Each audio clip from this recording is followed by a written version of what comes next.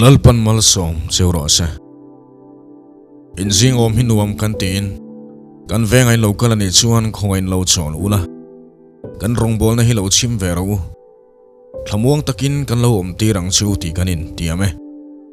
kan program min clear saka wang point lom thu kan thrila chu atop thlengin inom ka be seini thil noi zatlak deuh ka hril ma sang chu papakhat chu pathian nen tuipui ka man leng duna pathian chon chu pa hena chuan ka fapa katan henere no mema wangin thil special deuh pakhat ti sak che ka du tia chu pa chu phurem ema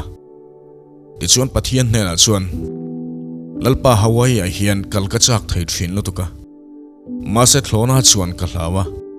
chu wangin tuipui chu a hian lei min do sak ro tia pathian chuan ka fapa chu zong thil the ni lo a boi thlak dan turzia han ngai tu te thil dang min dil zok ro tia chu pa chuan ole lalpa nu pui pali ka nei to a ka nu pui hlui ta chuan in mi hriat thiam na ka nei lo min ti veka chu wangin ka du chu mai chia te hriat thiam theina ni eng wangin nge kha tiang khan an ngai tua eng wangin nge kha tiang khan an ngai thin pathian chu ngoi wanga lei chu len ni nge len li du tia in bible kha lek kang ro ring chung in soi ro hei ka bible ania kanina tiang hi kanina nia kanaya tiang hi kanaya kati thei atiang hi kati theya voina hen pathian thu zir tir kanidona hoisen takin ka ngai tuana har fim ti ka puange ka thinlungin lodong songin manami ang kha kanile to ngai lawang iswa mingin lalpan mal som choro se voina heni tong kam chuak ataka achan theidan kan soidon ani kan tong kam chuak khianin kan ni na tur le kan din mun tur tam tak a hril thina thu hi chi ang dewania thili soi chu hian I thil soi khan nun nan paya I soi ngai kha I soi chun zom rengani chuan chui thu soi chu ataka alo chang thina ni I hriai mo hre lo po ani mai theya I hmalam hun turi soi lok tina ni mal som kani michak kani katumram ka thleng don helei bala ka tang hian ka tal chuak don ti soina na man te atang khai ania ayeng zong in thili thlir changani lawa nena thui hril lok ani hlotlin na thui hril loka arabi thar ikai tur thui hril lok ani inon chu tong kam chuak danang zelin omang mase mitam tak chuan athim zong a thlirin ke chu ka van nei ve ngai lo din mun tha ka ding ve thei to lawang ka sum don nei a hlok lo lutuk katla chevek don ani he hrutlang le om na len hun ani le to kana le don ani he chaklo na thuan puang lok ti ani shelo reng reng van doina lo thleng turin an some moti turang mai hianin an tong chuak thin ani bible a chuan leithil ti theina chuanin thina le nun na om ti kan hua itong kam mangin chi I tu tina ni chu eti zong hen soi taila ichi tu ra chu nangman I seng dona ka hril du cheu chu chinung le tha tu thin ro epuli ei du ni chuan epul chi tu nga ya ser thlumi du chuan pachi emo thei hai chi emo fang ma chi emo tu chi ni lo ni ichi tu ra ang chi kha I le thar tur chu ni heti zong hen soi taila athim zong hlira thil soi thin mi tan chuanin nun hlim om tak nei abei seom lo ni hlo chamna thu soi thin tan chuan ne na mu bei sei chi ni lo ka har salutu ka hin dei thelo katlin ve lowang ma ka son ve thelowang ti thin tu tan chuan tam tak nei be sei chi ni lo ni I tong kam chuak re theina hlira nei chuan re thei tak ini nungang I thil muang hi I du zong ani lo chuan chidang tu hlo zok ro Joel hen an nei kan chung ko in thla chon thilania kadam theilowang ti to su chuai chon chi thar tu zok ro pathian in fisel na thatak bin pelenon he kan an hi ka taksa hian a om reng tur ani lo kadam don ani telin kadam thin ti zok ro chung chi tha chu I tu sel ani chuan ara poyeng husel na lom na fam kim ne na ka leiba hi ka rul theilawang ma ka son ve theilawang ti aya min ka hne na tangin an puk zokang ka khoya piang an hui ngi langa an hlotlingang mal somin kan omanga kan bu zem an phai theilawang ti thin zokro tuna tang khan chinung le tha mal som na chi tu tan ro le ka tumram ka thleng don lawani hi ti to su pathian fa ka ni hi ti to zokang se pathian mal som na in min sui se na mi tha ka panin anon kal vanai na thar hlotlin na tharin malama min muaka chutianga itonga ni chuan thil thar hlir I thar chuak mayang jacoba ji ka chuan heti hian kan hmuwa ka hmun khata tangin fakna le an chelona chuak thin mi tam tak chuan an mani le an mani an sia an lo ti reng an in hreloni vanai na hi ka tong ve ngai lawang iti fo chuan mani le mani an sia in lo ti na nia sotiang in thra so engtika ma ka nei ve theilawang edik sona tang hian ka tal chuak theilawang mi thra ka tong ve ngai don lo ni hi nilo I ma khuwa tur hi an sia lo to su a chang chon mel ma pa hian a hne che ngai lo mani le mani kanin hne thina I tong kam man ka fim khurro nang ma le nang ma mal som na in lan thinem nge an sia in lo zok high school ka kalai chuan kan class ami pakhat hi athim zong lira thil thlir thin mi oma adam thatle thatlo ka zo piang hian heti hian wen chang thina ka thawak lo ka upatul tula ka thawin ka lula akol boxi ati zia thina voi zanga chuang chutianga asoi chu ka hreto a fiam thu mai ni ti ka hria ma se fiam thu thona chia ka ngai lo ni kan football team a hian athiam pol ni in apian sha chuan sambu thatak mai nei bokani kum som pangaral nu bazara kanin munol maya ka hmu tir chuan ka hredon lo tre pani aum dan tur khalo soilok vekto alang upain athau mai baka alu kol bokani thiante u innun na kha intong kam chuak mangin in ne tirsu kan tong dan tur chu kan au pang tul tula pathian chuan in muang main ka wanglai hun min ti sei saka ka chak tul tuna ka hrisel tul tula ka mel tha tul tuna ka sampo hi atlakol mai don lo ril rufim tak ka pureng don rei tak hrisel ne luam sa takin kom don inun na kha an sia lo su mal som na in hlan zok ro tong kamal som na chau chak chuak thrinang che ka thopui mai che pakhat chuan heti hian ati thrina tuktina chuadona piangin dar thlangai nenin heti hian in ti thrina nula voin chu I chelo hle mai tu khat chu khatiang khan ala tirangem tin ka zota ani chuan oh lati thrina tukin phei chu heti hian ka in tia nula I chelo thei khop mai mase voin chu ni dangain I chelo le zual ka in ti atia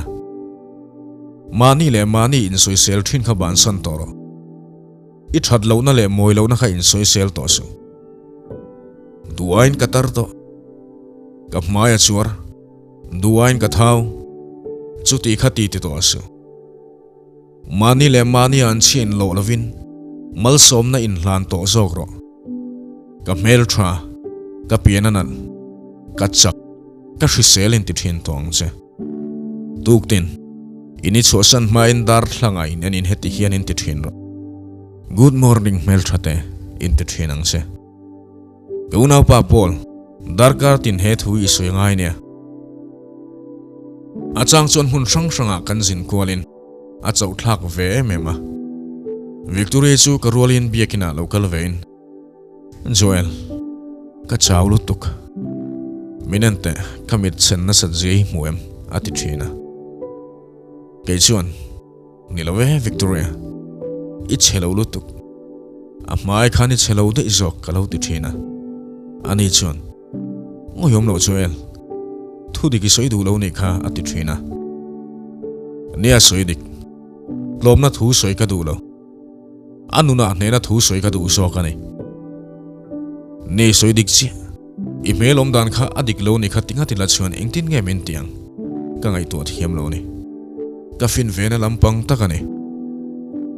papakhat Alzheimer na vei tura in ngai tlat riat kanaya Alzheimer na hi an chung kwa vei engwazat omin apu pule tiang rengten an vei to ama chu kum som nga error chaulani in ma se ve ve theidin huna adin thu asoi ol lo maya kanena chona tarhuna tuin nge en kolanga engtin nge khosakang ti rom mana fel tak anei to thu min thrila nia chele tha hriat na mana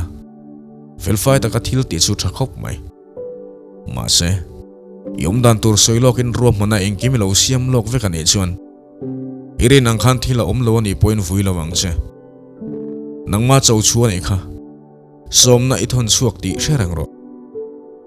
anena chon ti hian katia nidanga chon Alzheimer ka veidon ti to su heti hian ti sokro kama ral thuam engang po omma se min hne don lo hrisel takin ka dam chung hun ka mang dona ngai tu na film le hriat na tha ka nei dona karil ruwa har fima ka hriat na po afia tha ka tar mai don lo hrisel na thu ishil lok ngaya rei takidam tur thu ishil lok ngaya itong kam chuak chu atakaron sang dona ni tin ka soita ka fanu Alexandria kumlimi velani line nikha chu victorian mi panau pang pakhat aluna thin wanga boina tok thin chanchin kan soi ho lai lo fria aluna chon harsat na chi rang ama hian thlenin school po cholsan angai pha hiana Alexandria chuan heti hian ron ti reuta apa ke chu kalu na vengai lo chuan luna ka nei vengai lo wang heti hian ka ngai to ne se di khop mai mal som na thui puang lo ka nei kha katirel ruwa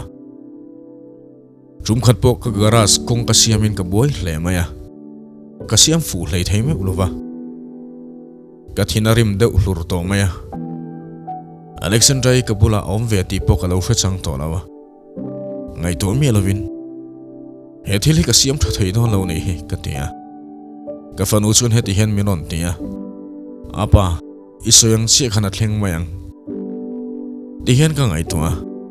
I thu soifa te ngai poin an rin tlat chuna rap thla ka nei thu fing bungru ka chun he ti hen kan hua itong ka chu kai oka itong ka chu kina man se ni ok ti om je chu man ti na itong ka chu kina man thei se itong ka chu ka wang khan van doi nei chunga thleng thea ima son na tur ka ta dal thei che ingai da ni na ok thei che ngai tu na thalo pu chang kan nei veka ma se isoi chua che khan nun nai pe a isoi chua che khan atakaron chang ta thina ni ka din hun ngai ko le thei to ngai lawang iti chuan ma son chu har sa viawang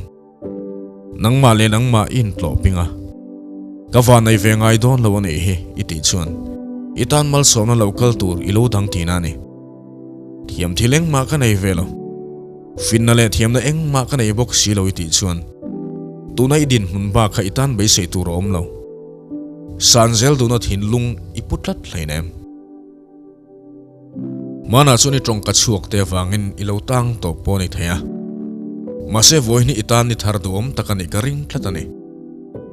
iona thanga tang khani tal chuak don ti ka puange a phor be tu zong te khapil ani thoa dang be tu che zong kha thia inom to ni engral thu mai na dang zo lawang che iti tur iti vero ngai thungani inun na chung thua khan hne na puang chuak ro maso na thu soi ro pathian fai ni na kha puang chuak ro isuang to le mit hla fo thin taka huaisen takin puang chuak ro itong ka chuak khanang ma ti thuan op tuwa che mang lovin mal som na thlen tu ra che mang sok ro mathaya bung ro ka chuan lungkham chung chang hati hian a suya enge ka inang ti in lungkham su min tia lungkham su ti thu hi han ngai tu chiang teu ngai tu na thalo lo lu tang soi chu lo kha himber I soi chu lo na chuan chu ngai tu na thalo chu athi ve mayang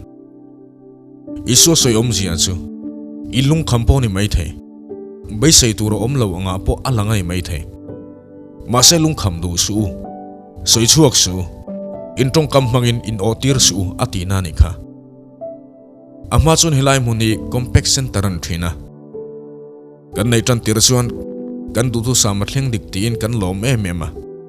kan phur tlang khop mai kan in satu da chuan basketball khel nam hun ni thin kha big in a cheidan tur alem nen an ziaka kini ho chu min ko khomin cheidang lam tur chuan dollar makta duai za chuang sena ngai thu min hrilta chutia min hril nuwa chuan karil ruwa rod lang ma saber chu thil thei ani lo angai na lo pastor na po kumli che kala thokania chutiang zat poisa thok chuak tur chuan min bei seilawang teni chungai dan chu karil ruwa voi eng bazar run lang non le thin ma sela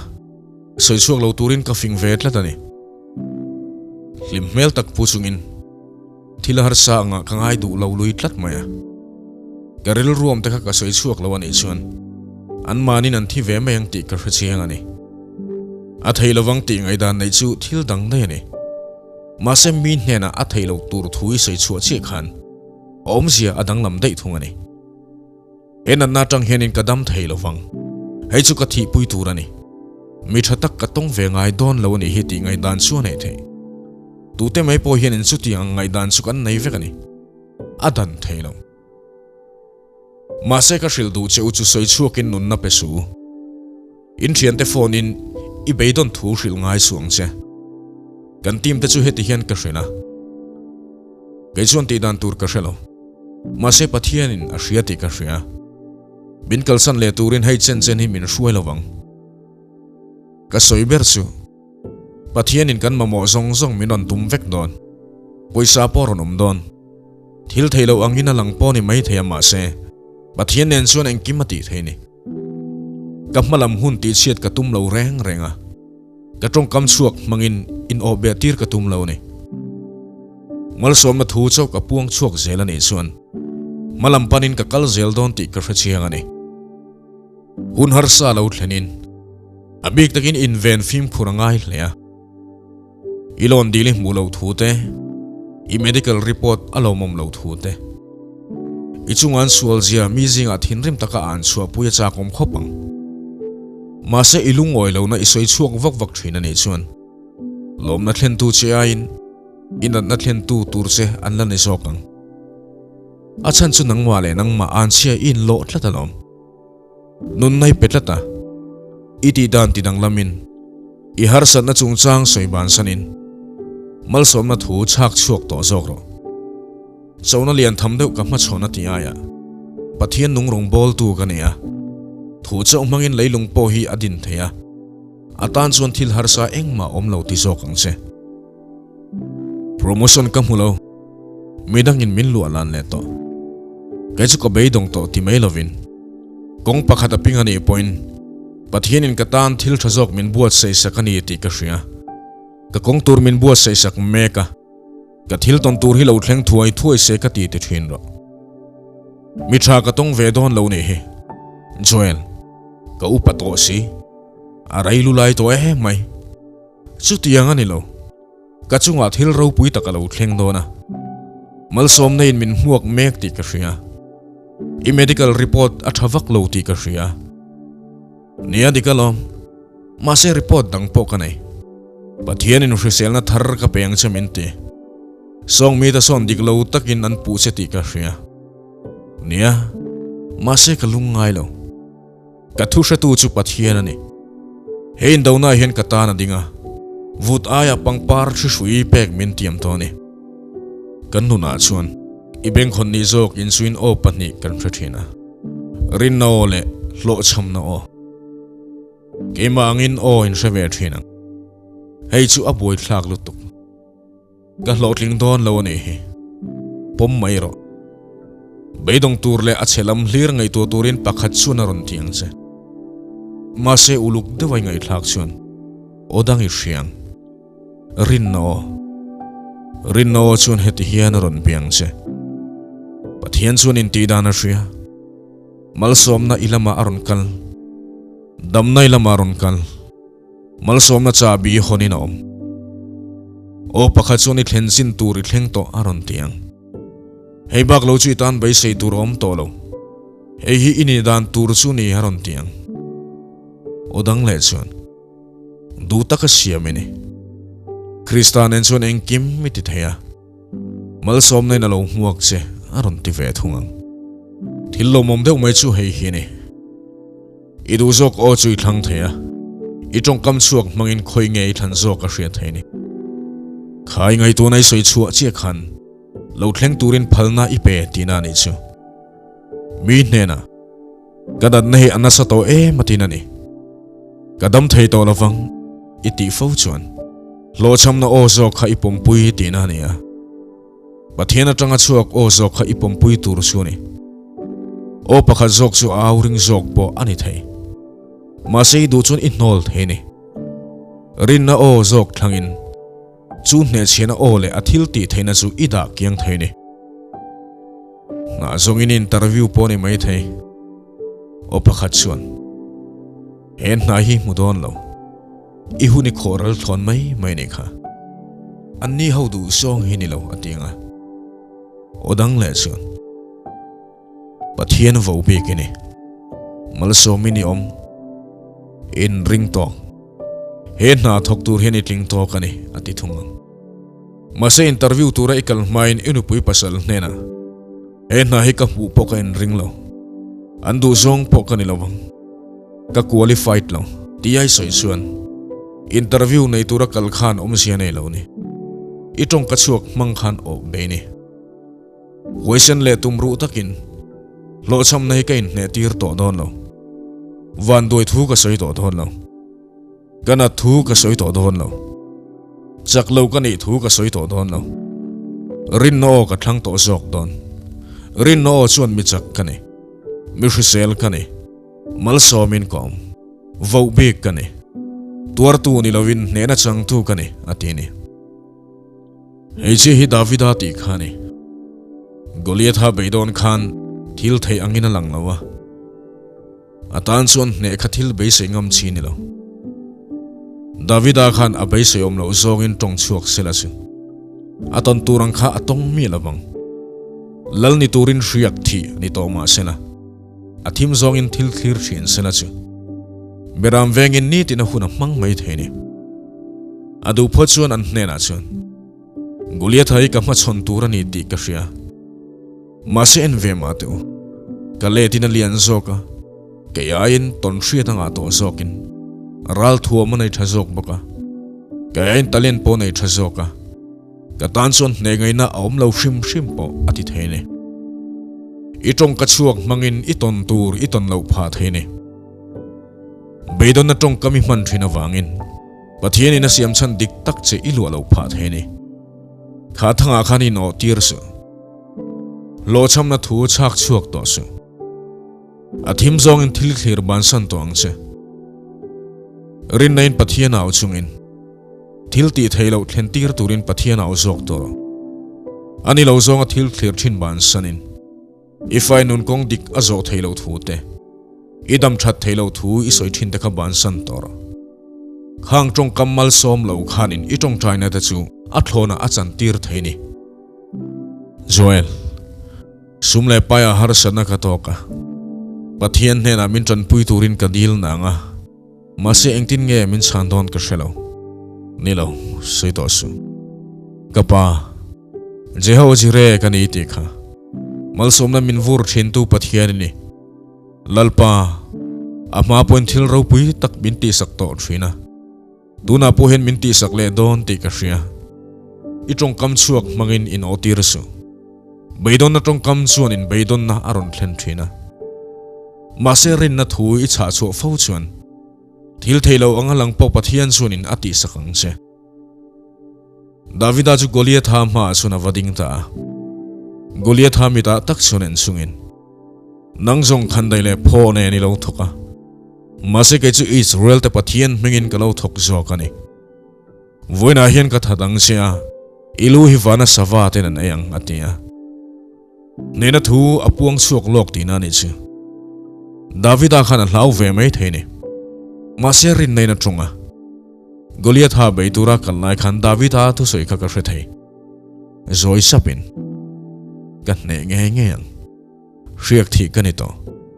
ral thuam fam ki ma thuam kani lalpa kalama tran chuan tunge min do theng lungchu lakangin avirwa ma chuan daina vom ta khalung mum te rote khan Goliath ha chu ati tluta ni kha inuna thil har sa le kir le chona ihma chon changin Davida ang khan ihma lam hun tur puang logro kansar hnen akhan heti hian soiro kansar I chawrual kanilo katne don che he Dixon hen kan chung kwa kum tam tak chung bu lo khur to poni thea ma se voin hini tharani ni niom don danglam na siam tu tur kani zalen kani to ka fayan hun rei tak kong diklo alo zo to poni mai thea ma se hun rei lo ta chunga tan chawani kele ka chung te ro hi zongin lalpa rongani kan bol don ni inun na chung thua khan ne na thu puang lok ro Bible achon mi pakhat Jerubabela anti chuoma tlang lian pui mai ama chona arsan na lian tham tak mase Davida angin di thelo ti tong kam ma mang du lova engtin ma ati theidon lo ti lama soi du lo ni heti hiana tia kamma lo dingam turin tungei ni o tlang lian pui phai zola I chang mayang amalam hun tura puang lokani tlang chu lian thak hop mai mase amam vek tur thua puang chuakani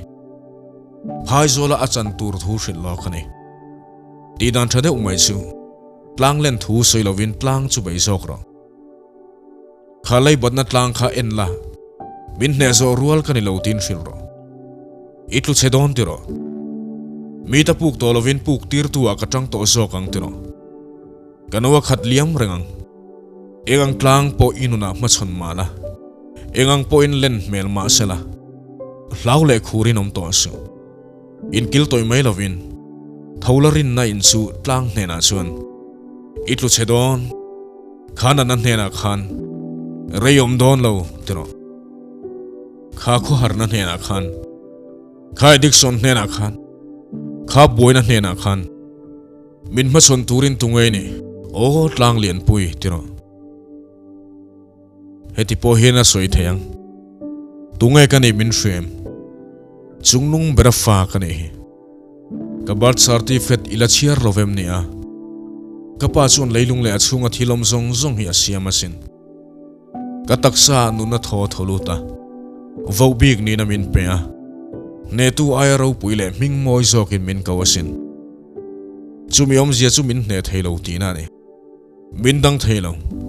tlanga iron sukangai ni henan nei ka hne don e Dixon nakatang hen katal chuak don ka leiba zong zong karul don ka chung ko kan ding chang le don ka suang to ka ti puitling don enge ka soyom zia ne na thu puang lokro mal som na thu puang lokro irin le be se chu puang lokro thutlung hoi achun Ezekiel achun in larna hmuwa chuain larna hmuwa chuan ruro hlira khat roma hina lo kana a hoina lama pianga chuan thlan mual lian deuh angmain ramtina ruro hlir mai chu alo thal rem rum maya ruro hian kan nuna thil thito thil in thlak danglam theito lo tur kan ngai an tirani pathian chun in thil ro puideuh ti turin Ezekiel a chutia Ezekiel heng ruten hena hian thu sela an hnena o nang ni ruro teu lalpa thui ngai ro atia ti chun Ezekiel chuan ain larna hmuwa chun ruro ta chubiain ron nung turina hrila vunte ti sate thasuite kau bokani chutia tonglai chuan chung ruro ta chu ronin zom khomin movie miang deuh hian mi hringa an lo changa atopa pathian chun tho kawa an ko chunga lutir turina tile ti chun tho chu kauta Bible chuan pathian thu pe gang chuan asoya tho chuan mania alo luta chuan sipai rual ro pui tak anginan dinga tin kan hua inuna thito angalang enga monipo a omani mai thei Israel na isum do na in leichin na I mu thei zong zong chu ro lira khat ruam khani pathian chun Ezekiel an hena asoyang chia kha I hne na po soya tongtai ringot kha tok lo isoi chu angai ni khang ru ro te hne na khan thu soi ro hrisel na awro mal som na awro chak thar le na awro ifa hum sol dai mek tan khan tong tai rengot su ne na thu puan sakro ka fapa ka fanu lokiro ichan vo tur chu ichang don tro chin thaloi ne ya simi do ne chuan tong tai rengot su ne na thu puang chuakro mizalen kani min phurna hrui chu phelin om to voini ne na ni thar dom takani ichek bula chuakin ne na thu puan khumro an vain ru rawangin an lang ria leibatna re thaina shom torna heng ru raw ta hne na hian hne na thu ka puang chuak puk tu ni lovin puk tir tu kani to zokang amai ni lovin a hrui chel tu kani akhat liamin mal som na kadong don Ezekiel ang khan ru raw hne na thu I puang chuak ani chuan thito angalang khapathian in nunna aron pelenga thleng theilovai ngai kha aron thlen tir don ani sambung nia chuan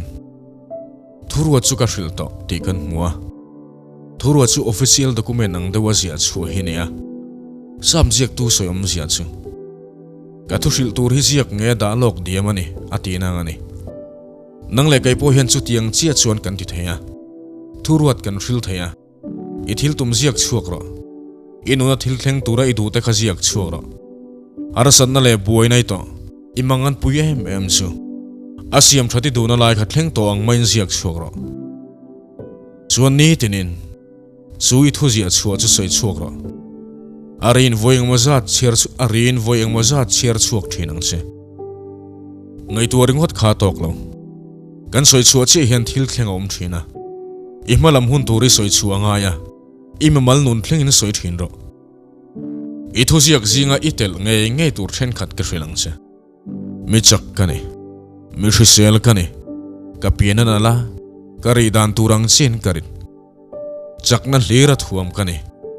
ka tumarum talen thatak kanai ka him tok ka hlune ka in ring toka mi thatak kani mi te point min ngai na thian kom nuam tak kani ka hlimani kanun hinuam katini thiam lo kanai lo felna khat kani mi hlotling kani mi hausa kani ka malam huna enga ka fata hlim takin anom ka chanchin hianin thang thar mi te hna po thu a soi sel dhona karachina piang karamani mal somin kom nena changtu kani sungnung bera fa kani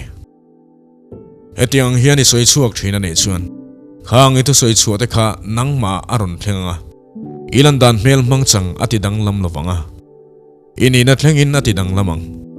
itong ka chuak chu ataka alo thlengang imalam hun tu ri puang chuak lokani kha una local zelanga chung thu te chu ini tin tong kama an lo chang tonga malsom kani ka hrisela pathian vo bi kani ti isoireng thin ka soireng a thul to lawang itong ka chuaka in talok to lovin itong ka chuakin akai hruai tong se joko pachon bible a heti hena siaka ti her tu te takte in long lian pui athunun ang hian leipo hian kan nun om dan tur akai hruai thina tin kong diklamai ke penem mal som na te vo big ni na te mason na te muem I mulo chuan itong kam chuak ngai tua chiang ro aeng lam zonga thil isoi thina ne chuan inun po aeng lama kalang e thutluk na hi karualin siam vero are thaina te tlom na te kati thaila wang ti na te nung tol na te rin hlel na te hi soi ban san toro imalam hun tur chu an chia lo to lovin mal som na hlan to azokro nena thu I puan suwa vo bigini na I puan suwa thin chuan bathian in nitur anga aduanang chedin huna dingin harsanatin reng ipaltanga sang taka invor chawang ti karingin kapuang chuake lalpan mal som chawro se